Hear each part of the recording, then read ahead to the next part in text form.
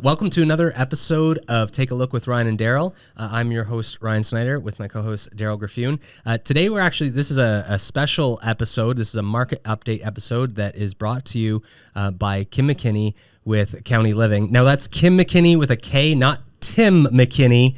Kim Mckinney. It is confusing. It is his twin. They are identical, but I digress. Welcome, Kim, to the show. I am younger, by the way. All right, that's fine.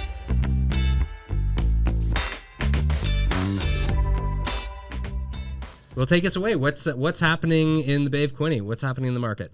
Okay, well, we're just finished the month of November, so traditionally November, December, January are probably the slowest 3 months of the year. Mm-hmm. Yeah, we can attest to that, I think. Yeah. So once the snow hits, the market tends to slow down. A lot of listings that have been on for a while might come off and wait for the spring. But there's still substantial inventory out there, and there's still buyers, taking advantage of the market. We had the volume of sales was actually up year over year by Interesting. by about 20%. Oh, wow. And which is very good. Now prices Is that just because the area is growing? Do you find more people are moving to the Bay of Quinte, or is it just because more they sat so long that it's like they finally sold? I think in 2023 there was a bit of a slow period, and I think with the direction of some of the things that we're going to talk about, it caused a bit of an uptick in terms of volume of sales. Right. There's lots of positivity out there in terms of the interest rate reduction yesterday, 50 basis points by the Bank of Canada. I think that's going to bode well for the real estate market. People now can see the direction after that was actually the fifth reduction in interest rate by the Bank of Canada since June of this year. Has it been that many drops already? Yeah. Daryl's very happy because I'm on a variable, so I'm very happy. You're going to love this. So yes. There were 25 basis points drops. They started in June of 2024, and then yesterday was the second drop of 50 basis points. So they did another one in September. Yeah, and so the bank rate now is at 3.25, and so that's substantially lower than where we started in the summertime. And what does that mean for potential buyers, whether it's their first time or buying their next house? What does that translate to for them? Well, I think we were all very, very spoiled back in 2020 and 2019, and then through the boom times of 2021 and early 2022. We all thought that the 1-2% interest mortgage rates were going to stick around. Yeah.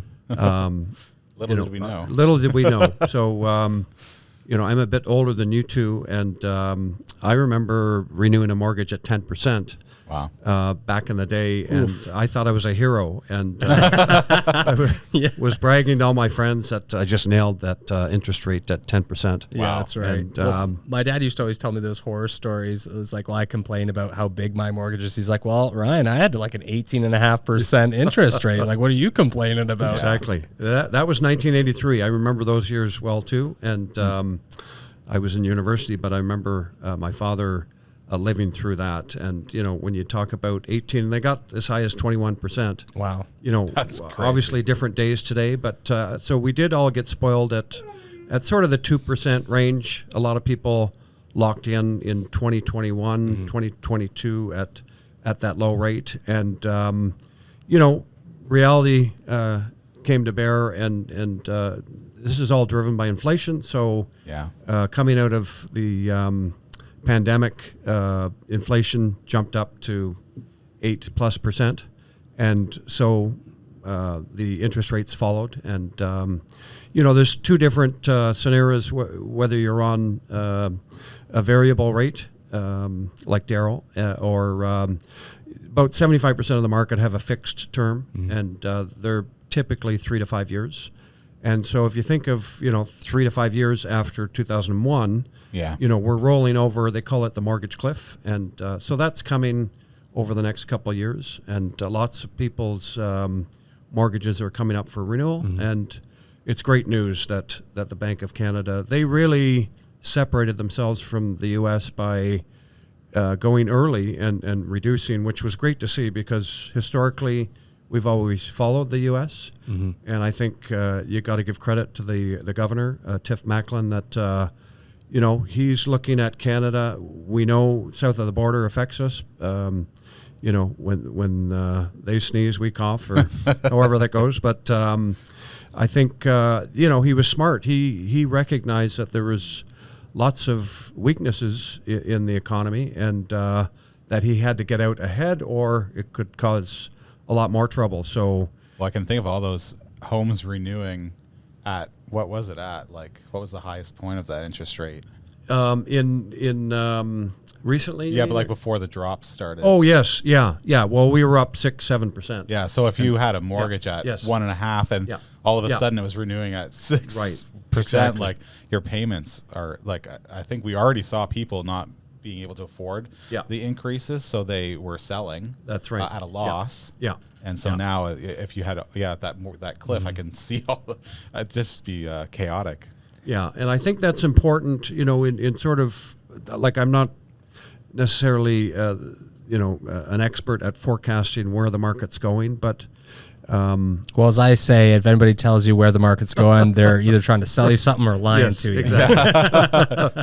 So I try and be unbiased. I mean, I am a homeowner. I do have a mortgage, but I think it's important that you recognize, both sides. Like there's lots of positivity happening right now, and so with that drop of 50 basis points, I think we're all breathing a sigh of relief. Now, people sometimes think, okay, the Bank of Canada just dropped 50 basis points. That means my long-term mortgage is, 5-year rates are going to drop 50. It doesn't happen that way. It's a bit of a slow process. I heard yesterday they described it as a slow elevator ride, which I think is very appropriate. So, longer-term rates will come down. It's the shorter-term rates that the variables that will come off, almost immediately. Yeah, instantly. But the longer-term, they're priced off a bond yield. So, and bond yields have not come off like the Bank of Canada rate has come off. So, okay. It's a complicated financial market that they price mortgages based on those longer-term bond rates. So.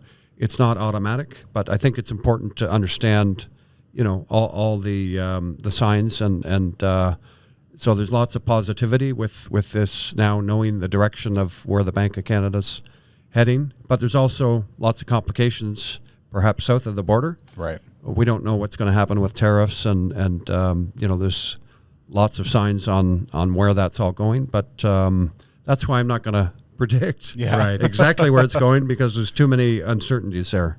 But in terms of the market here, so the volume was up. So you'll see the headlines, at a Toronto, the volume is up 30-40%.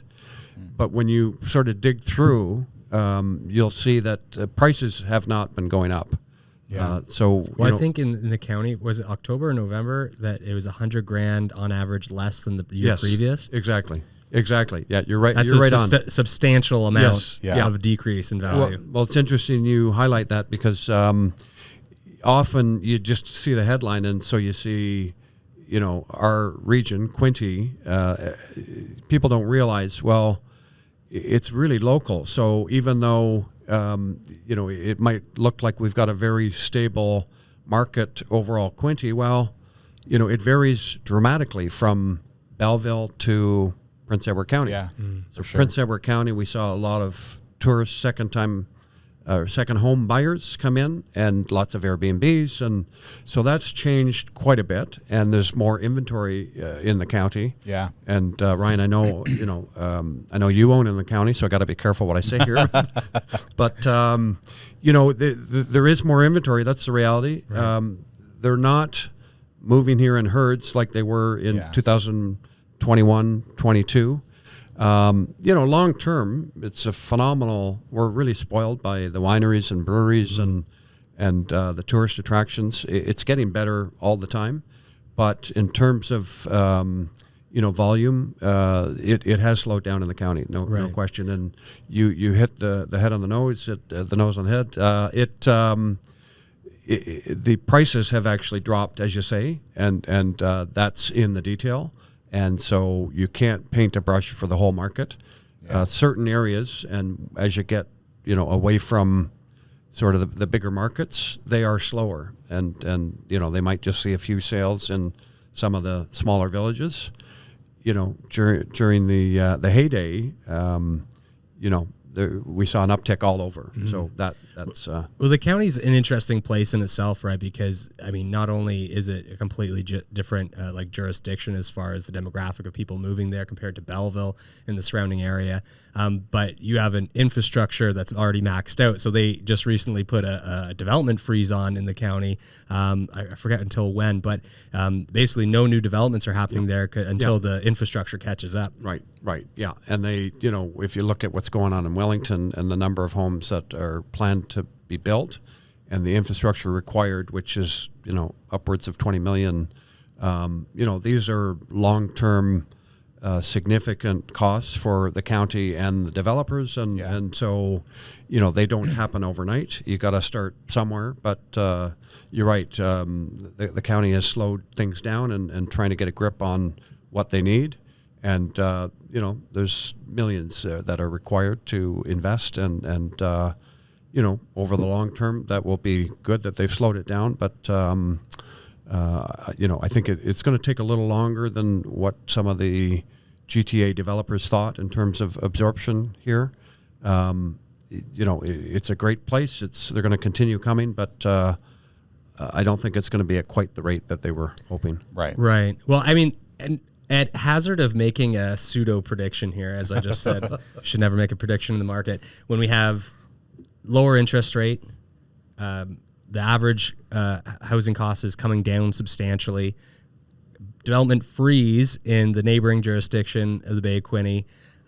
Would it be not a safe thing to say, but maybe a hopeful thing to say, or maybe a possible thing to say that the Bay of Quinte is actually going to keep growing, as we have been one of the two fastest growing jurisdictions in Ontario next to North Bay?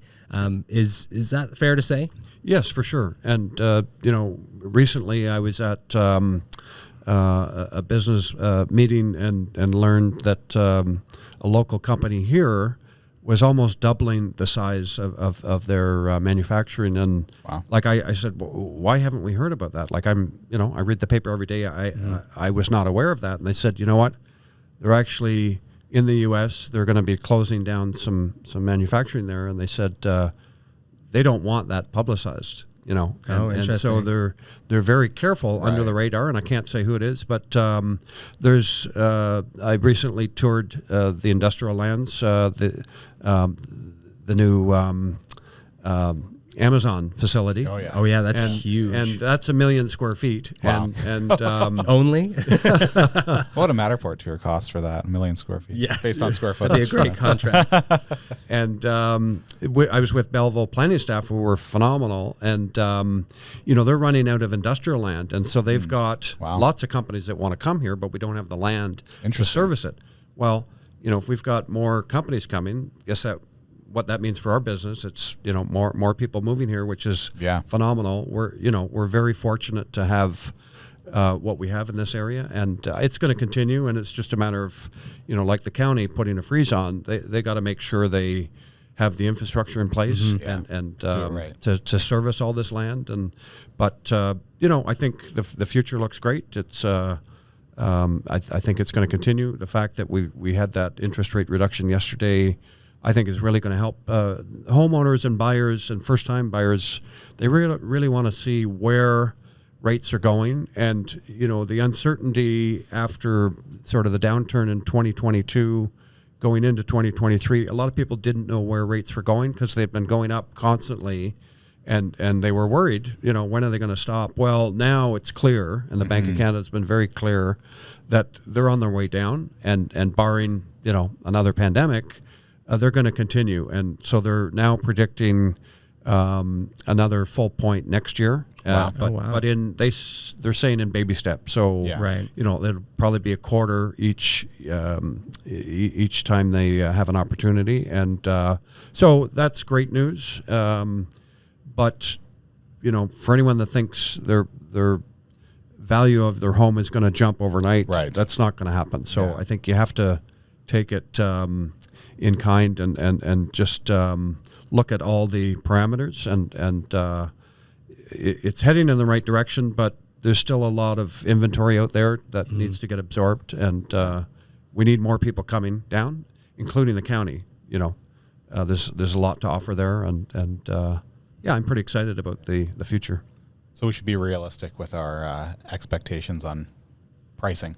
Big time, and that's the key. Like, you'll see lots of homes overpriced, and sometimes they're fortunate where they don't have a mortgage, and they say, you know what, I'll wait till next spring. I happen to have a couple of those myself, and you have to have the patience, but you need to be realistic. And are we going to see prices where they were in 2021?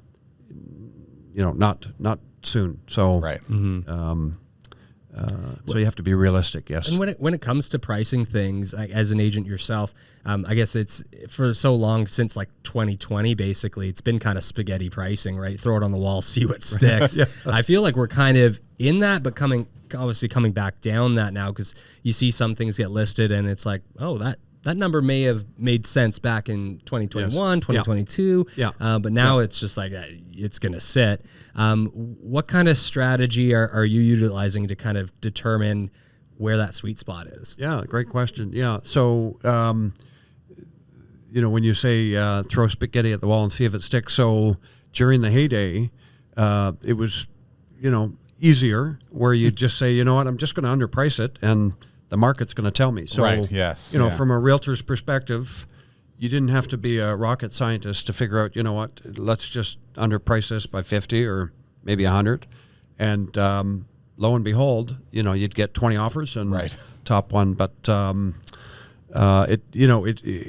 a lot more complicated now. You have to understand the underlying market, the economy, mortgage rates.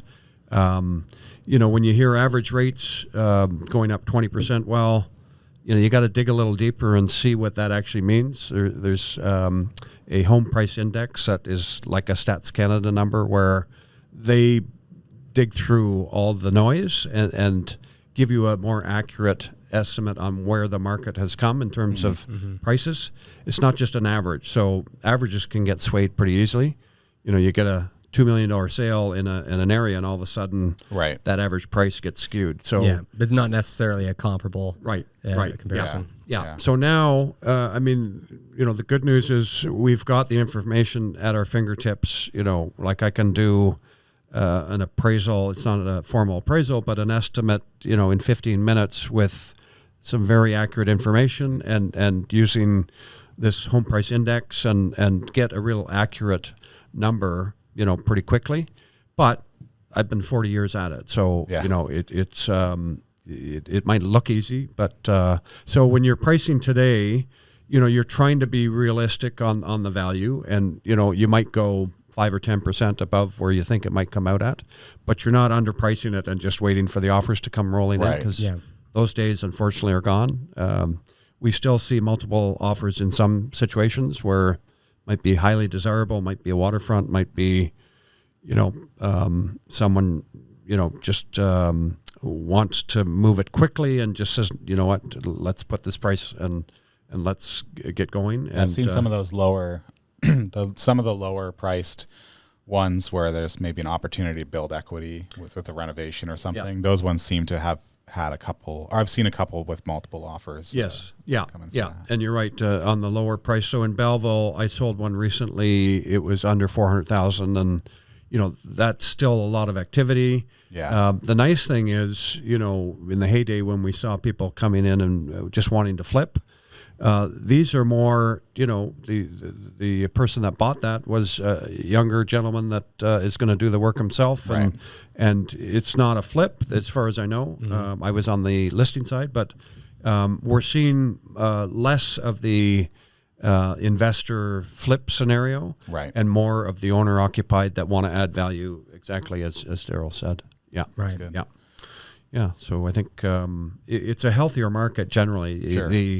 That tier of investment group, I mean, they're still out there, but where it might have been 25% of the market, it's now 5%, and Right. and that's, I think, healthy overall. I was going to say another thing that I saw was that they're changing the rules on the down payment for Yes. $1.5 million. That's right. Plus. Yeah. So they bumped it from $1 million to $1.5 million. Now, in the Toronto market, that's going to make a difference. Yeah. In the Belleville market, I'm not certain how much difference that will make. They've also taken the stress tests off where they bump. Well, can you explain that first for those who don't know? What does that mean?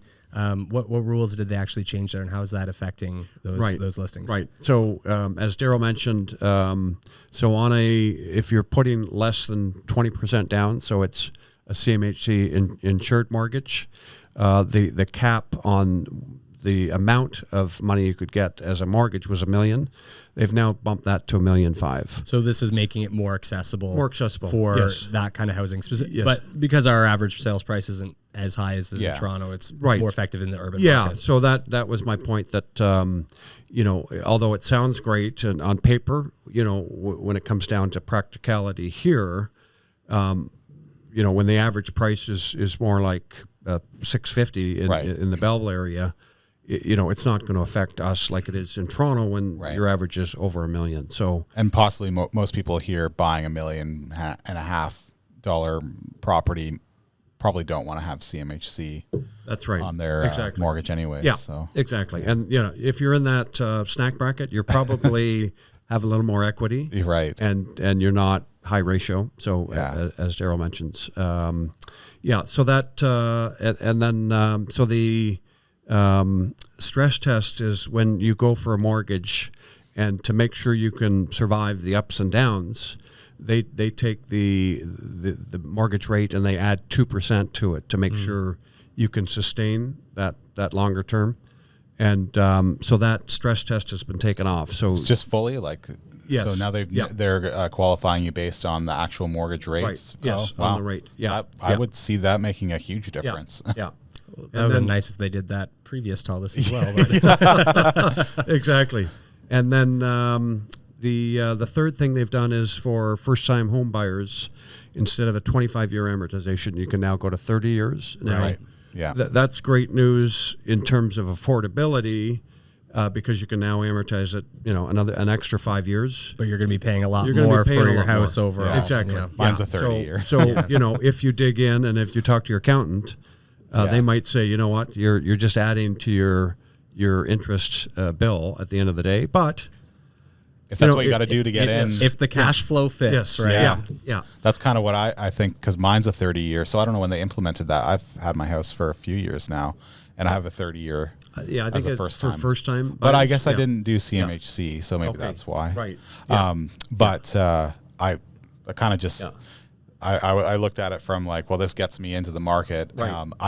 I can later in life deal with maybe putting more every month onto my mortgage to combat the extra 5 years. But when you're getting started, sometimes you just need that step up, and that provides that, I think, for first time home buyers. And funny enough, when I went for a 30-year AM recently, they said, you know what, you'll be 99 by the time what? Go down the road, talk to one of the other banks. I said. That's amazing. So that's the new mortgage implementation that they have brought up. It's December 15th, so a lot of those new rules are just kicking in. Right. So, but it'll take some time. You have to apply after the 15th. So, and banks are not the quickest to approve something. So we might see the effects of that kind of mid to end January. Yeah. So a lot of this, including the 50 basis points, they're going to affect the market in the new year, not necessarily right away. Yeah. And they'll work them the way through. I think on the $1.5 million threshold, that really is not going to affect our market very much. But certainly the 50 basis points, that's going to be a big deal. I think there's a lot of buyers sitting on the sidelines, so allowing the 30-year amortization makes sense. Yep. I think, if you're not buying in the heyday of 2021, 2022, and you're buying in today's market, you're not, in my view, overpaying. Right. You've got time to make the decision. You've got time for an inspection. You've got time. Yeah, things aren't selling in 2 hours. Right. So you're able to make an educated decision with some time and experts. So it bodes well for first-time buyers to get into the market. I think we underestimated the importance of educated decisions during that period of time, because I think a lot of people jumped into it with this panic mindset of, I've got to get in because it's only going to keep going up. Can I tell a quick story? Yeah, please. So I was selling, you've probably heard of the area called Stony Lonesome. It's, it's sort of Hillcrest. And heard of the movie. Yes, exactly. Show. So I was selling in 2021 and put the house on the market, I think for $350,000, and my clients would have been ecstatic at the $350,000 price tag. Well, in the heyday, we ended up staging it, and it went on the market, and we basically had a week of showings, and then we had a holding offer date, and I think we received 17 offers, and so the first offer came in, and it was listed at $350,000. The first offer came in at $450,000. So 100 over, and so I called the winning agent, and not surprising, he's from the GTA. Yeah. And I said, congratulations, your client has won. You've got a firm offer here with a big deposit, and that's great. So we've, once we sign it, we've got a firm deal. I said, just wanted to find out a little more, and he said, well, before you ask your question, can I ask you a question? I said, sure. He says, the basement, do you think you could put a couple bedrooms down there? And I said, have you seen the house? And he said, no. I said, has your client seen the house? No, they haven't seen it. I said, well, if you had seen it, you would know that when you walk in the door, you have to lift up a trap door to go down a ladder, and it had a dirt floor. Oh, geez. And when you're down there on the listing, you will have seen that I said it's as is, where is. Right. So there's no representations and warranties. If you're down there, you probably would have seen some daylight, because through the foundation, there was some sunlight. And you also would have realized that it was 4 feet, so you couldn't stand up unless you were very short. And it was a dirt floor. So I don't think you could put a couple bedrooms. And maybe if you lift it up and put it on a new foundation. So did they read the listing description? Or they were just like, hey, here's a listing, throw some money at it? This is what happened. This is what happened during 2021. Right. So he and his client had committed. So had the vendor sign that would have been a firm deal, and the deposit, held in trust. Right. We would have ended up in court, because when they would have come down to look at the house, they would have said, oh, I guess we can't put a couple bedrooms in the basement. And right. so my client, we were sitting in the living room going through these offers, and I said, you could take this offer, or we could go on to the next, and, hopefully they would close. And we went to the next one, and the woman said, I know I didn't have an inspection clause, but do you mind if we take a look tomorrow? I was like, no. My goodness. So we ended up going to the third offer. Like, I think we have 17 of these. There you go. It's a good lesson, though. Just because it has the biggest number doesn't mean that's it's right. the right and deal that, you only get that with 40 years in the business. So I've seen it all. I've been fortunate not to have ever been to court. Anyways, the third offer was firm and a done deal, and I'm sure they're happy there. Yeah. It might take a little bit longer to get money out of there, but that's the reality, and that's what we saw. So when you're on the front lines, it's fascinating. Yeah, you get all kinds. Super interesting to hear. Well, especially during that time, right? Because it is so unprecedented to have so many offers just sight unseen. Yeah, and it's just, I couldn't imagine ever just throwing money at something that I've never looked at before, right? Yeah, it's mind-boggling, and it might be different. And here I'll throw in a local thing. It would be very different if you had an educated agent that knows the market, knows the house, knows the area, knows all the positives and negatives, representing you to say, Right. you know what, this is an awesome house. It, you know, even though there's 16 other offers, you know, you're going to love this. But to have someone that themselves didn't make the trip down. Right. Yeah. Right. Well, That's a that's why I always find it so mind-boggling when people bring their agents to another jurisdiction that they're gonna, or another area they're gonna move into. It's like you don't know anything about the area. Yeah. Like you could be. You could be buying something just because of the price tag, and you're in, you know, somewhere maybe you don't want to be. Yeah, exactly. And then you're stuck with it, Yes. and you can't get rid of it again. Yeah, and there's a ton of that goes on.